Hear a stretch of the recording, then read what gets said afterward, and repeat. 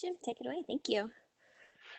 Hey, everybody. First off, thanks for joining. My name is Jim Josupait. I work for Cisco Systems, and I am a collaboration TSA. What's a TSA? It's a technical solutions architect. So I've been supporting collaboration since I've been with Cisco for the past 10 years. Before that, I was with Cisco Business Partner.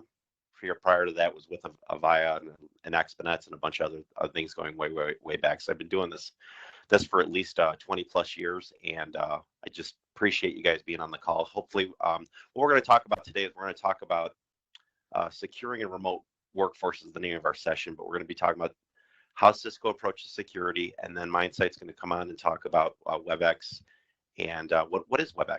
What is WebEx? People think WebEx is just meetings. It's not. John's going to talk about that in a little bit more detail. That's John Irie. So a couple things to note. Webinar details. All lines are muted right now, guys. So just you guys are all on mute. If you guys want to ask a question, we do have the ability to do that. There's a couple ways of doing that. One is via the Q&A panel. So instead of using chat, we have a Q&A panel where actually we're going to have moderators looking at the Q&A, the questions that come in, and then we'll be able to provide answers accordingly. Bottom line is there's also another way you can get to some data to participate in the webinar. It says chat panel here, but we're going to put them in the Q&A for this. Typically webinars, we like to have things in the Q&A panel, but raise your hand if you guys have questions, and then respond to us if you think we're going too fast or too slow. There's emoticons that you guys can send out for participating in the webinar as well. Okay, without further ado, let's get into the meat of it, guys. So securing your remote workforce. So again, my name is Jim Josupait, Technical Solutions Architect. So before I start, I'm going to go and I'm going to read this verbatim because it definitely is worth it. It's a quote that I actually think is very, very succinct to what Cisco is doing from a security standpoint. Privacy is a fundamental human right, and we need security and transparency to protect it. Chuck Robbins said that back in February of 2019. He's saying that to Cisco as a whole. It's not saying it specifically to meetings and conferencing, but there's been a lot going on in the marketplace where there's been a lot of press with one of our competitors, Zoom, who I'm not going to disparage them on this call. I'm going to talk about some of the things that have come up with them and some of the things that Cisco does from a WebEx standpoint to secure our conferences and our meetings, like the one that we're in today. So our security principles, to Chuck's statement, there's really three pillars to that. Privacy. We're really committed to the privacy of your data. Second, we're secure by nature in how we architect our solutions across the board, not just WebEx, but we're secure by design and default. So if somebody's has a WebEx account, we're setting their systems up to be secure by a default as soon as they start a meeting or join it. We're also transparent. We're transparent about security. So I'm also going to show you, and this is something that I'm going to show you a website that you guys can go to and pull down a lot of information on how we're making WebEx secure, document links to things like third-party compliance docs. So it's a really great website. It's a trust website that I think we just came out with this in the past couple of months. The data's always been out there, but we actually put it as one repository for everything right now. So we're going to go through that in a little bit more detail, and I'll show you guys a quick demo of that. All right, privacy and security. So we have, there is an organization within Cisco called the Cisco Security and Trust Organization. And we've had a number of companies throughout the years that we've made some acquisitions for security.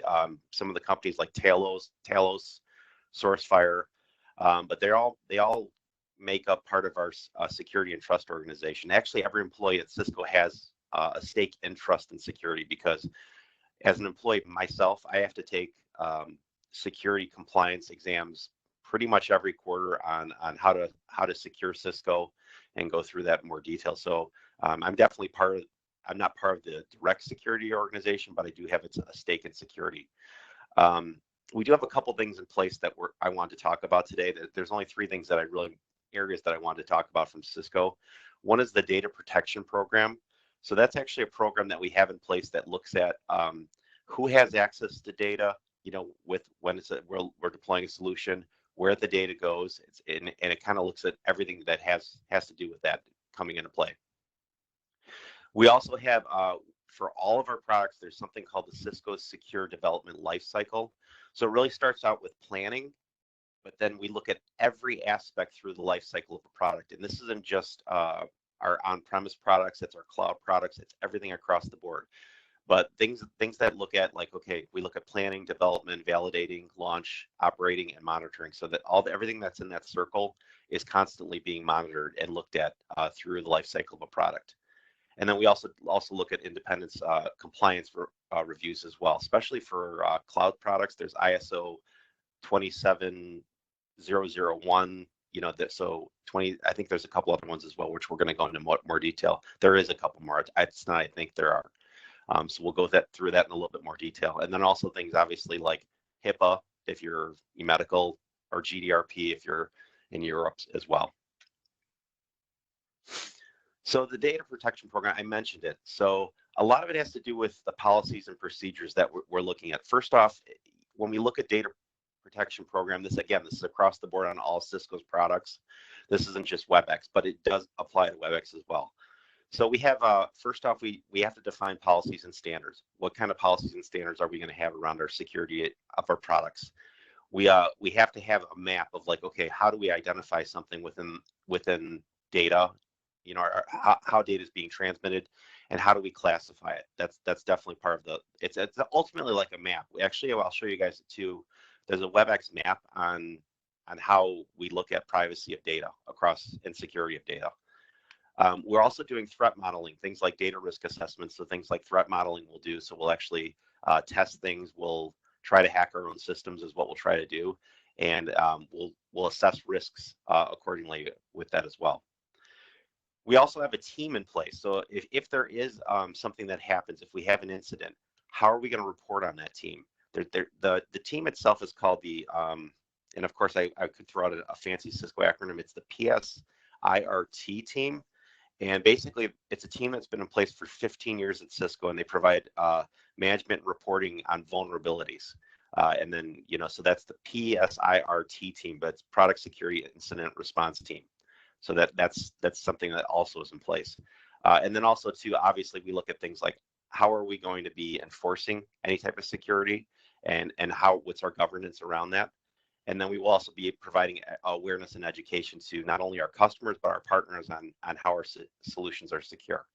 But the bottom line is we have security and privacy built into all of our solutions. And specifically with us today with WebEx, I'm going to talk about WebEx. And there's two aspects of it that I'll talk about. One is WebEx Teams, which is a messaging product that we have. So it's basically allowed consumers and customers to be able to message solutions back and forth. Like I can include files, I can include it's our solution for being able to communicate via messaging. And then also I'm going to talk about the meetings aspect of it as well.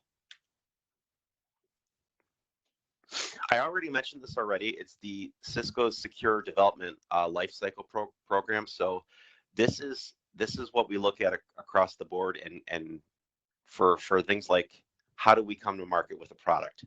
So it has to meet 200 plus security requirements for us to do this, but it really starts with planning. So we look at requirements and threat modeling, and then we go into development, which basically looks at analysis and how when we're developing products, we have to look across the board on how we move it forward.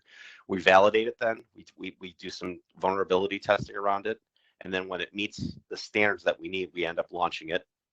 Which basically means that, okay, we're throwing it out there, we're launching the product, and then we're managing it, obviously, once it's launched, as things come up, as new threats come available, because this is a constant thing. It's definitely, we're constantly looking at this whole thing, which that actually comes into play with monitoring as well.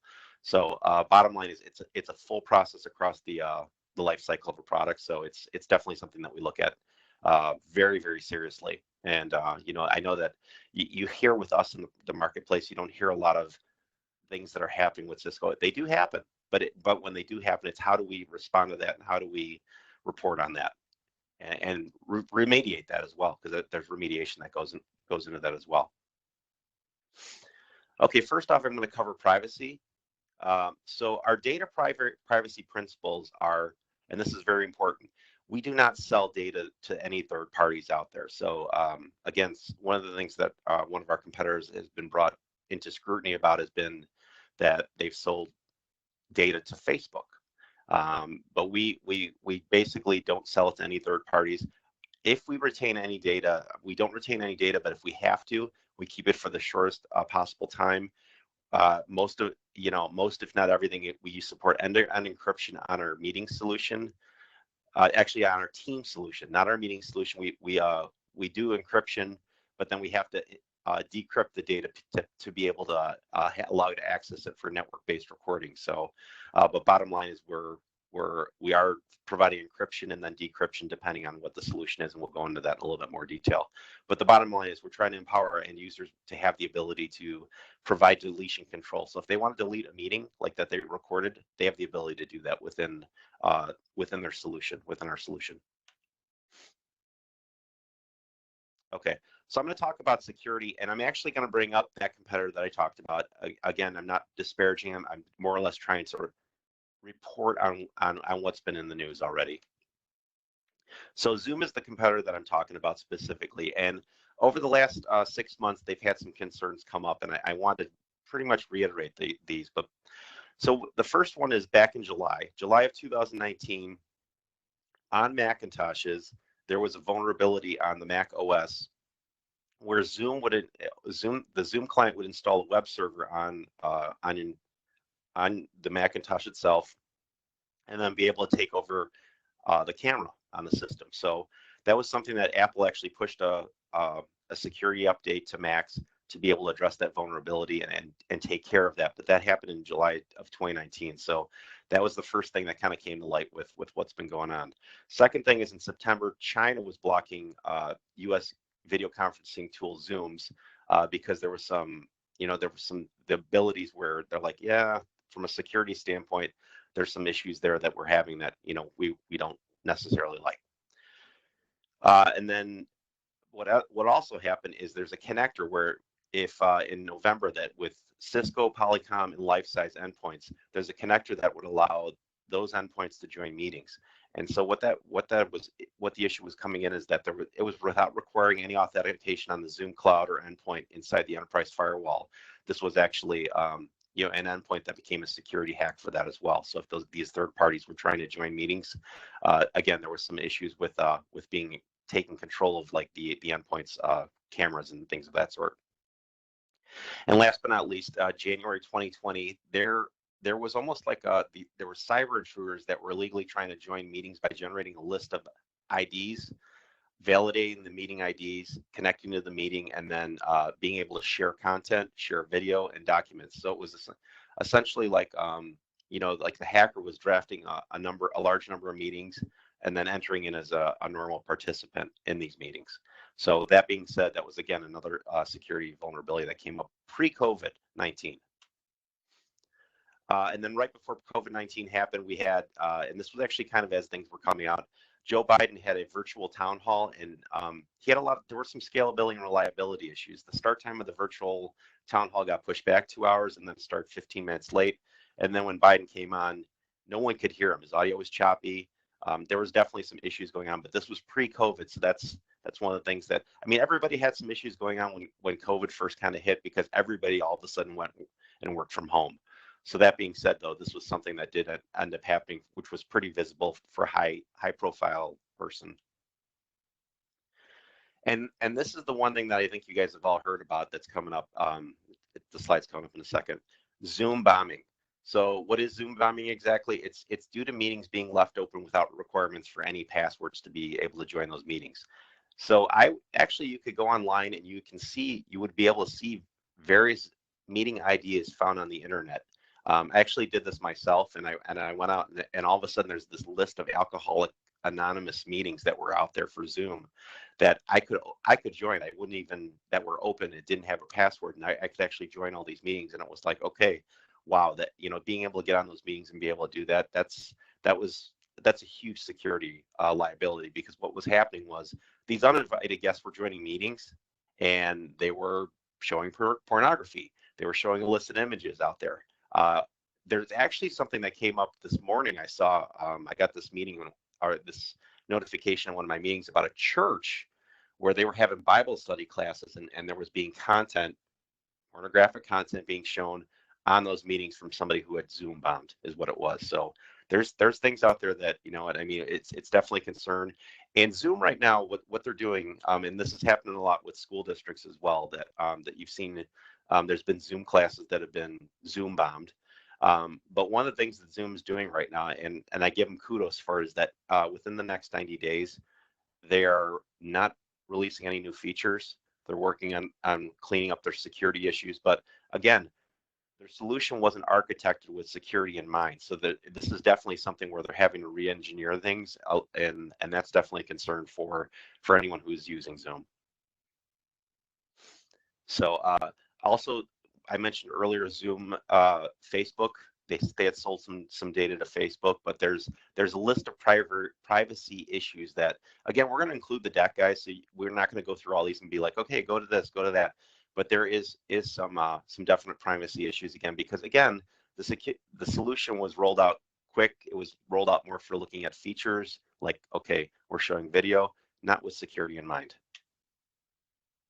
With us, security is in our DNA. I mentioned that earlier about, I gave you kind of the baseline of all products that we have. Security is in our DNA. We're continuing to invest heavily in security, and we've got all that built in place since we architected the solution. So it's something that we definitely are going to be continuing to invest in, and you know, our security is something that we take very, very seriously. Okay, so like I said, there's a couple different solutions. John's going to talk about these in more detail, but Teams is something that has to do with, it's more of a collaborative tool between users for messaging. Meetings is obviously we're hosting something, we're sharing content. Real time is what we're doing. So with Teams, there's a couple things that we can configure. We can configure the retention period for data, and we can also from like 1 to 120 months, depending on what you guys are comfortable with, and that's encrypted end to end and stored in the cloud. For WebEx meetings, so what happens actually with this meeting as a whole, the only thing that really, there is no in-meeting content that's being stored in the WebEx cloud. So all this data that I'm sharing with you guys right now, once we hang up the meeting, it's gone. Like that meeting is gone. Outside of, the only thing that's really stored is going to be the recording in the cloud. Those can be deleted at any time, and those follow AES. They follow. We have AES ciphers that are around that as well. So that's something that you know, the meetings as a whole, there is a level of encryption that's built into those. Again, going back to the collaborative solution, the Teams security is by design. We support encryption of data in transit. It's data in rest, first off, and data in transit. So it's SRTP for media, and it's TLS 1.2 for signaling. End-to-end encrypted for all the messages and files. And you know, essentially, we have the ability, even though the data is encrypted, we can search on the Teams content as well through that, you know, through our Teams client. But if you guys want to be able to deploy, you know, because we do that, we store everything on-prem, but we also can give you guys the ability to have a Teams key server that's deployed on premises. So if you guys want to have the keys on-prem to all the data and didn't want to, you know, have us do the key management in the cloud, we have the ability to let you guys deploy that on-prem. And so on to meetings. What we're talking about for meetings, again, all communications between WebEx applications, so WebEx meeting application that you join the meeting with, the room devices, and also the WebEx cloud occur over TLS 1.2 encrypted channels. Once that session is established by TLS, all the media streams are then encrypted. So it's VoIP, video screen share, document share. And then I talked about the recordings. They are automatically encrypted with AES 256-bit keys. We don't end-to-end encrypt meetings by default, because then you can't get access to network-based recordings. So if we're storing recordings in the cloud, you can't do personal meeting rooms. You also can't join before a host with those types of things. So that's something that we don't encrypt them end to end, but we can encrypt them end to end. It's just you would lose those capabilities that I just mentioned as well. So, but the thing is, when we do encrypt meetings, things are encrypted. Then behind the WebEx firewall, they're decrypted, and then the various streams are essentially encrypted again, you know, in the cloud once we store them. Another thing to let you guys know, so we have WebEx third-party security certifications out there, and these are a lot of cloud-based security certifications, SOC 2, Type 2, ISO 27001 and 27017, 27017, 27018 as well. We're also compliant, GDPR compliant. We conform to HIPAA as well. So if you're a HIPAA compliant organization, we have white papers out there that can go into more detail about this as well. The other thing is the last area that I wanted to cover is we're very transparent with our data. So we have actually out there, there's a meetings privacy data sheet that's accessible to you guys as our customers as well as partners, which goes through a lot of the stuff I talked about, but in more detail. So it talks about where are the data center locations, who has access to personal data and why, what are the rules of retention and deletion, within data as well. How do we secure the data? The things I just talked about from an end-to-end encryption standpoint or encryption standpoint. We also talk about our incident management. That's that PCERT team that I was telling you about. So if we do have an incident, how are we managing and how are we reporting on it? And then we're talking about our certifications and compliance to third parties as well. So that's on WebEx alone, but then we'll also talk about specifically our master data protection agreement, which talks about our general security practices and compliance that Cisco has. So it talks about, just overall Cisco, how do we look at security and trust? So that's what I wanted to cover in the presentation today, guys. So I'm going to kick it over to John in 1 second. John, I just want to show a quick demo real quick of like that site that I was talking about. That was something that I don't think we talked about in our run through. So hold on 1 quick second. I will share that. Okay, give me 1 second, guys. I'm going to share my screen. This isn't a very secure thing, guys, by the way, from a WebEx standpoint, is to be sharing my entire screen, because obviously if people are messaging me on Teams and of that sort, it's definitely, we have the ability to share via an application, that's how I highly recommend that we do that. So this being said, guys, this is the, if you go to the website, and this is one of the links in my presentation, there is a bunch of documentation that you can pull on security. So this talks about the trusted security built in WebEx Security. It goes through that privacy doc that I was talking about. There's that data sheet right there, privacy data sheet, and also talks about what the privacy looks like from, the end-to-end, looking at the end-to-end as far as the privacy is concerned, and how we process data accordingly. But it will also talk about if you want to be FedRAMPed, if you're a governmental agency, we have the ability to talk about and offer FedRAMP solutions. If you're healthcare, we have the HIPAA compliance information in here, and then also the third-party documentation as well. So without further ado, that's my part of the presentation. I'm going to now kick it over to John Irie, who's going to talk about WebEx. What is WebEx? So John, it's all you. I know you need a minute to set up here, so let's get that going. I'll stop sharing. And I pass the ball over to you, John. It's all you. Perfect. Thank you. Yeah, I had to drop off really quick and just join back in because I realized it wasn't going to let me share, but I'm here.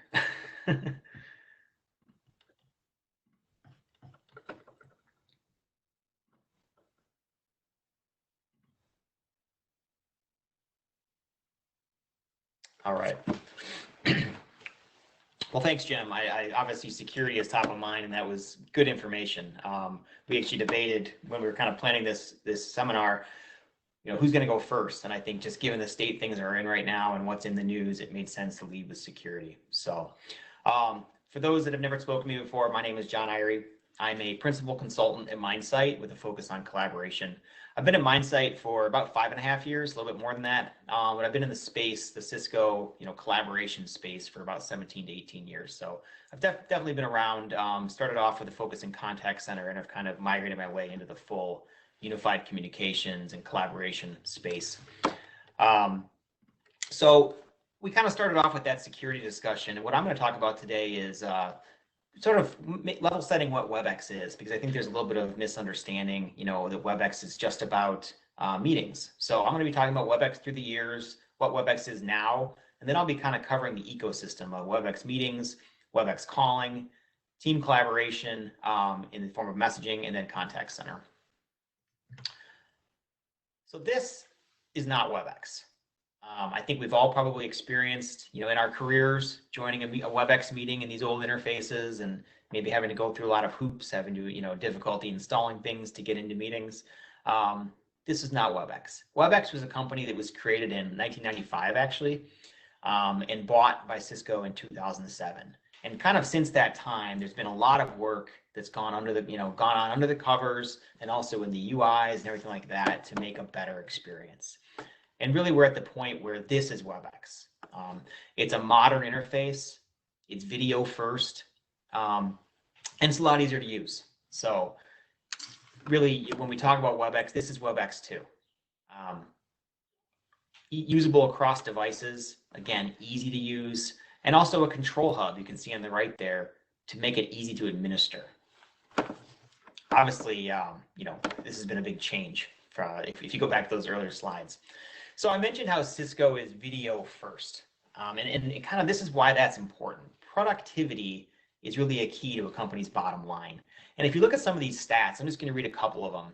80% of employees feel technology has a positive influence on their productivity at work. 91% of executives and IT decision makers say productivity is the main benefit of improving digital experience.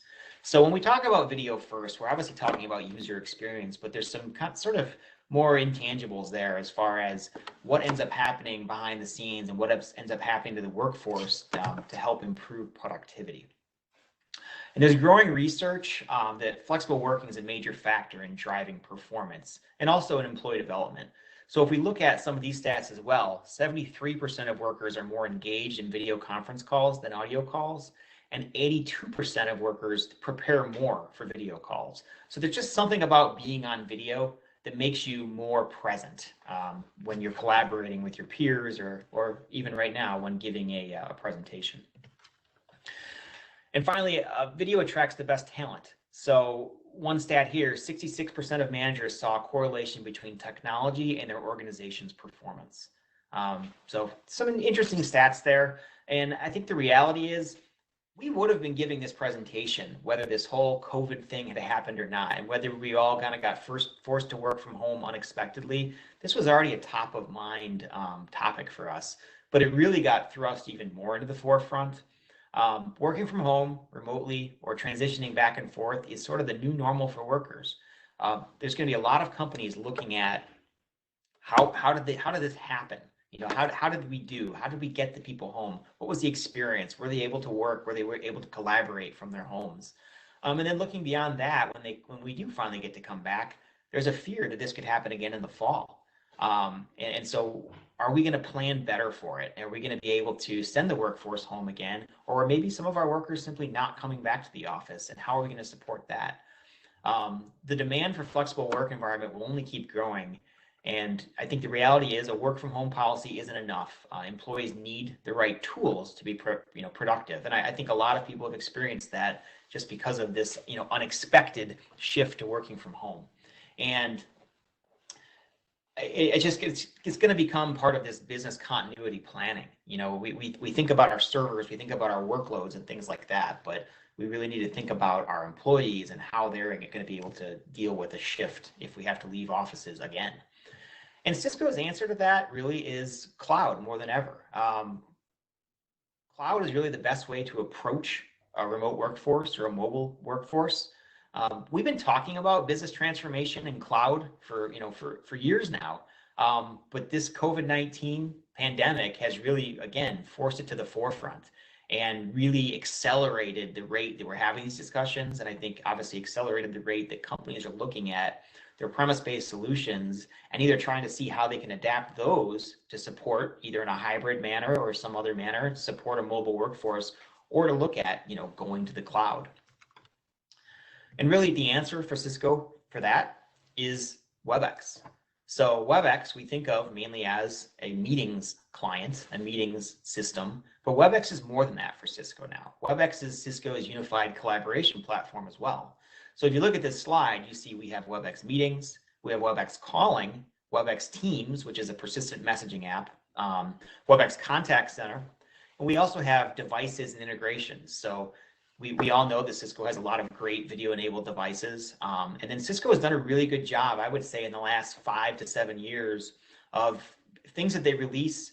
They open up the APIs and they make things so you can integrate them into other applications and really make for a better user experience. And so Cisco WebEx really is so much more than meetings today. So I'm going to kind of talk about the ecosystem and what I call like the pillars of WebEx. I'm not going to dwell on meetings too much. I think that's the one that we're most familiar with. Obviously, we're using the WebEx Event Center right now. But I do want to touch on it. So WebEx, I mentioned, is video first, WebEx meetings. New video layouts, the ability to lock and pin presenters or videos to your choice, multi-stream video.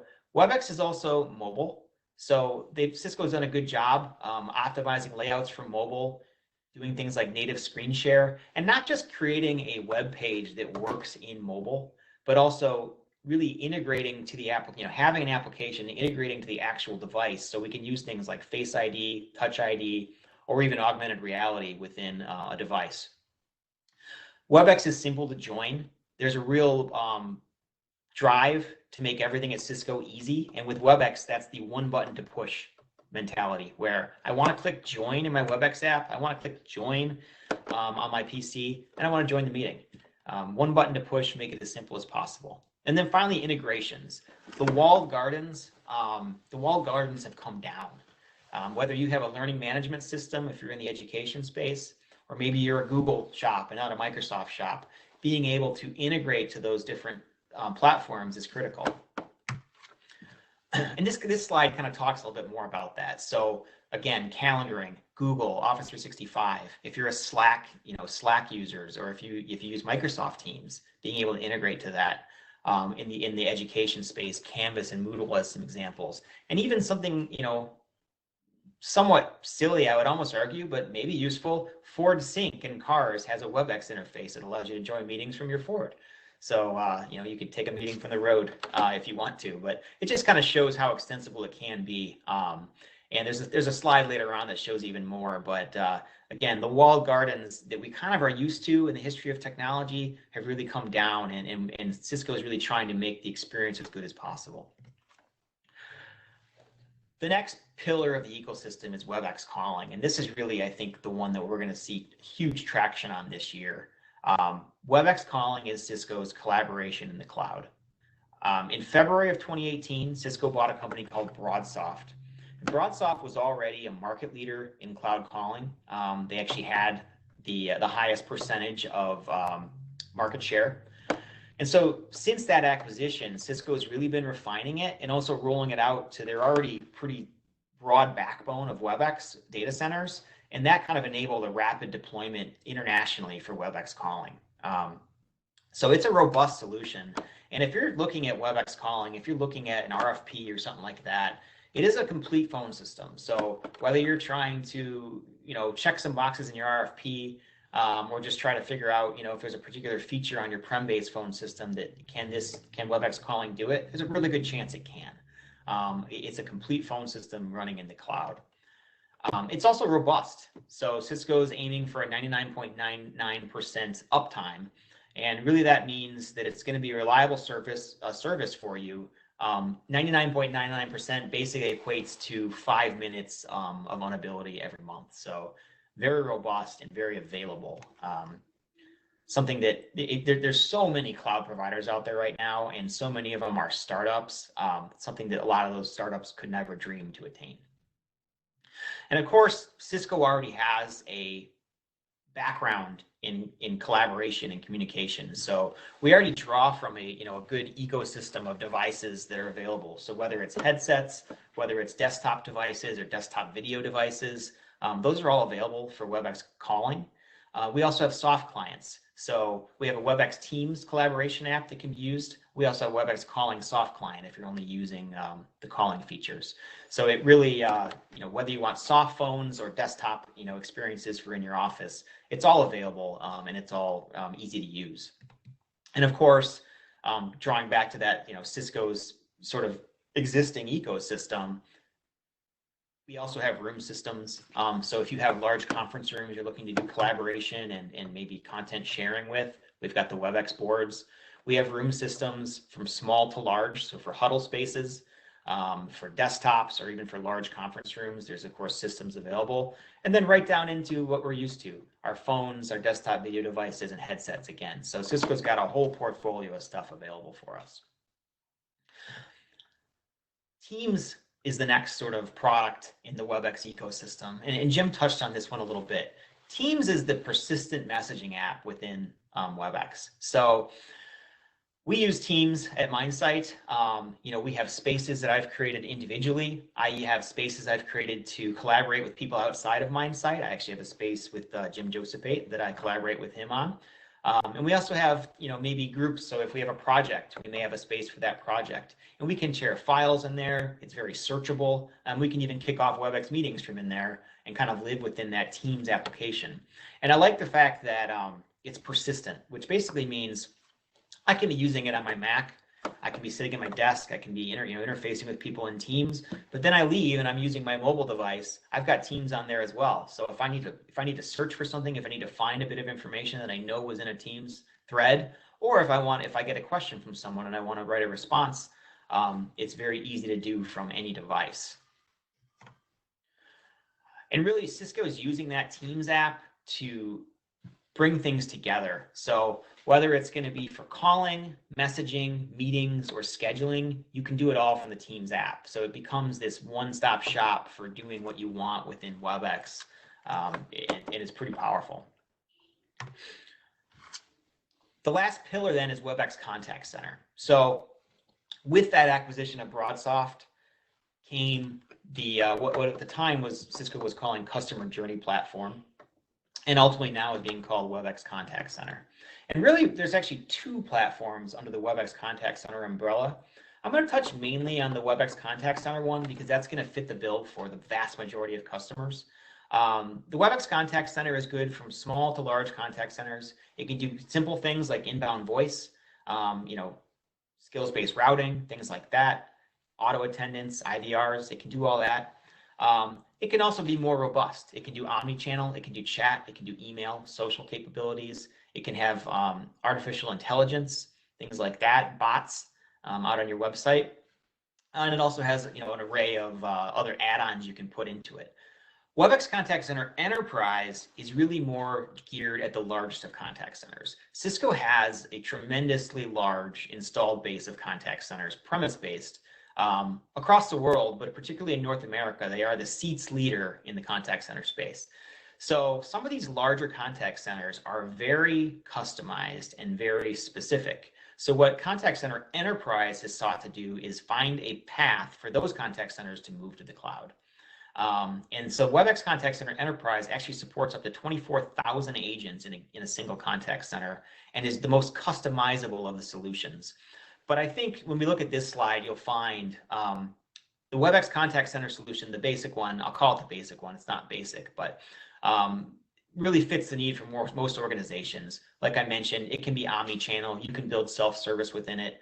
It has workforce optimization capabilities. So if you want to have a workforce management for scheduling, if you want to have call recording, quality management, it's got all those capabilities built into it. Maybe you want to have outbound calling, doing campaign-based calling, it can do that. And it also is very connectable. So right out of the box, we can do things like connect to salesforce.com. And it also has other capabilities where we can connect to other systems or read databases to route calls. So a very robust solution. But I wanted to at least make sure I mentioned that WebEx Contact Center Enterprise exists for the very largest of customers. So if you have all these different pillars, obviously you could imagine it could be difficult to administer. But Cisco's actually done a pretty good job over the last couple of years of melding these together into a single WebEx Control Hub. So for administrators, you can come in here, you can make your moves, add changes, you can get into your contact center, you can make scripting changes. There's quite a bit you can do from this Control Hub, making it easy for you. And it is browser-based, so whether you're at home, whether you're in the office, it's easy to get to. And it can have roles-based rights as well. So you may have someone like me, a partner that has a view of your organization but can't make changes, but maybe I can help you and make suggestions. Or you may have other individuals that you're trying to pin down to only administering a particular part of it. It also has a lot of good analytics tools and reporting within it. So whether you're trying to track down call quality issues, contact center issues, or just trying to figure out who's using the most WebEx meeting minutes, you can do all that within Control Hub. And there's an interface as well for users. So there's the WebEx Calling SelfCare portal. So really basic things they can do in there that we take for granted, but maybe wanting to choose to call forward my phone, or maybe wanting to choose where my phone forwards when it's busy, or check my voicemails, things like that, if I want to do that from an application. So a user can go in, use the SelfCare portal, and not have to bother the administrators to make simple changes.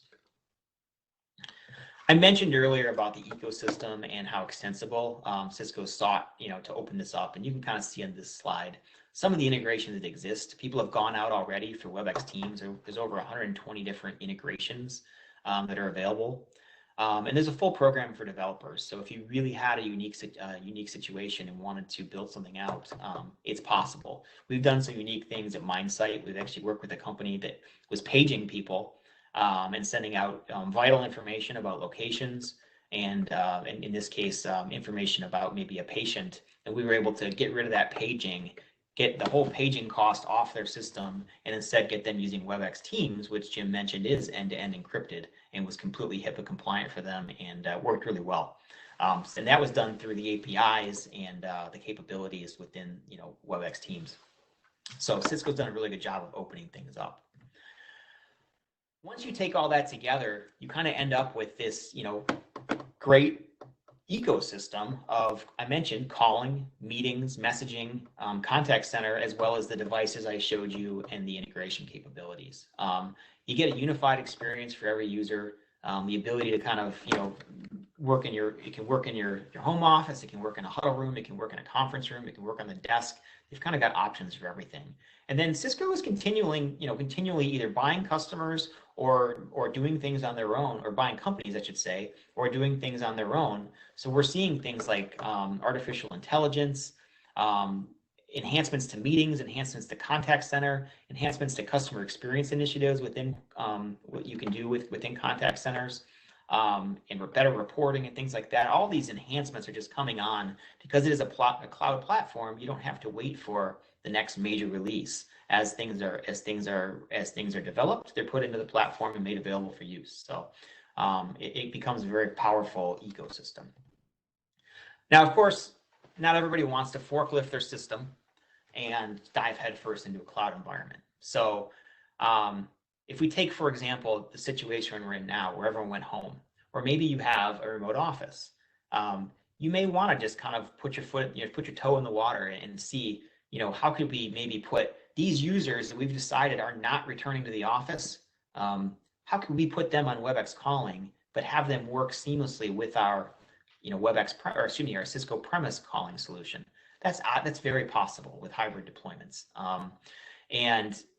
So we can have hybrid deployments in a matter of ways, whether it's, again, calling, meetings, Teams, contact center. There's a lot of different things we can do to keep data on your premise. We can take stuff into the cloud, and we can make it seamless for your users so that, again, you can put your toe in the water without having to forklift your entire environment.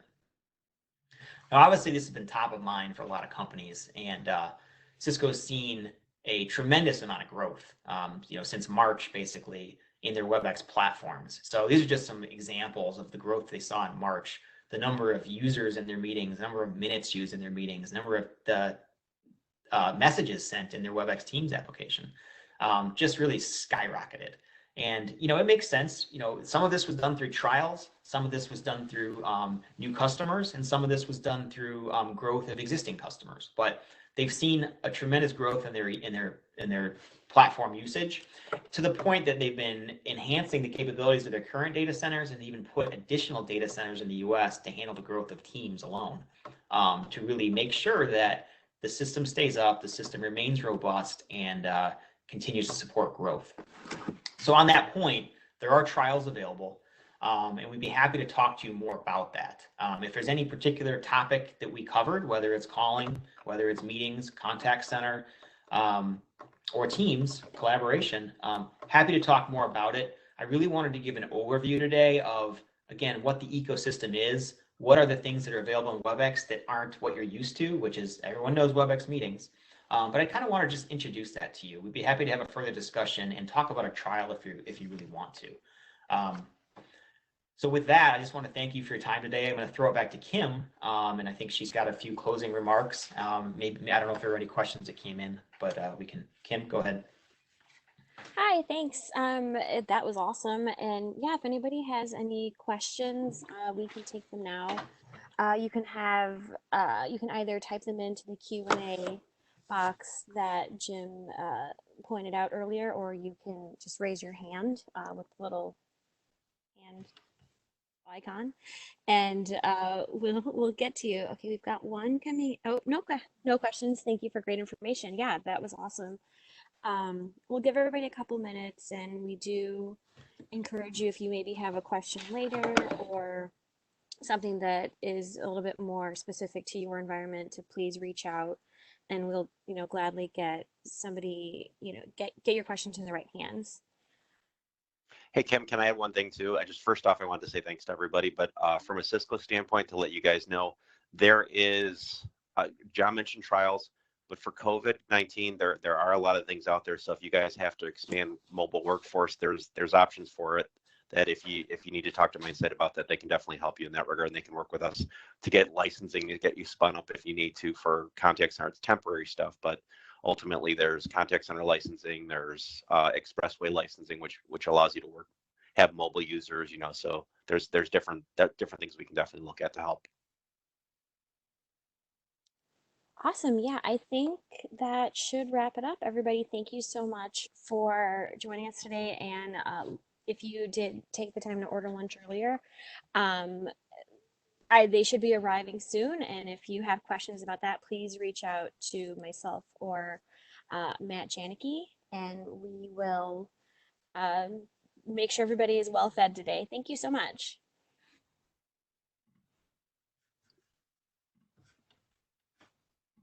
All right, thank you.